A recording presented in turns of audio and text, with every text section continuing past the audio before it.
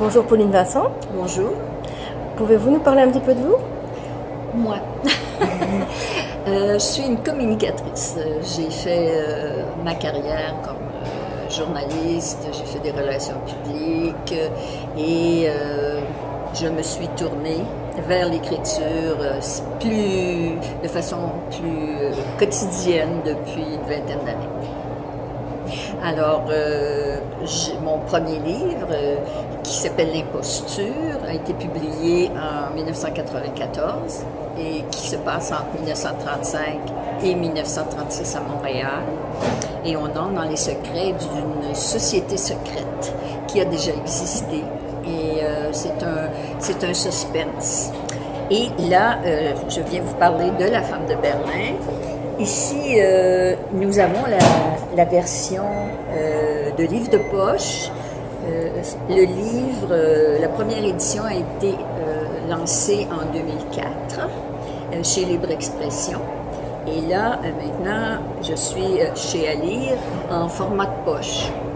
Alors, La Femme de Berlin, c'est une histoire d'une famille, mais c'est une histoire de déchirement, de nationalisme et tout ça, et qui se passe à Berlin, évidemment, à Arvida au Québec, à Montréal, New York et en Guyane britannique, qui s'appelle aujourd'hui la Guyana.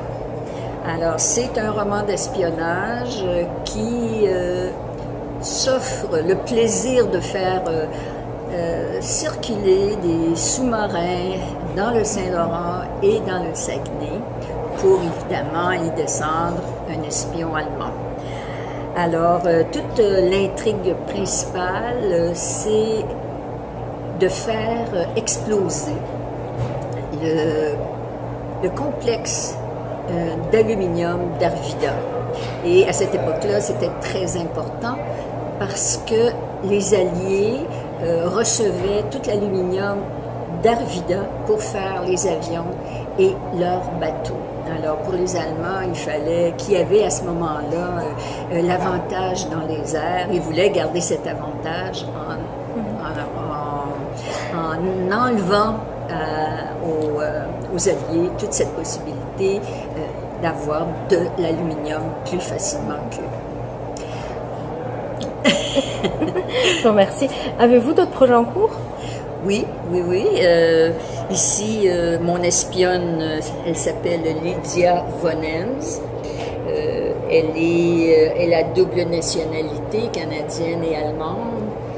Et elle va se lancer dans une grande aventure à Lisbonne.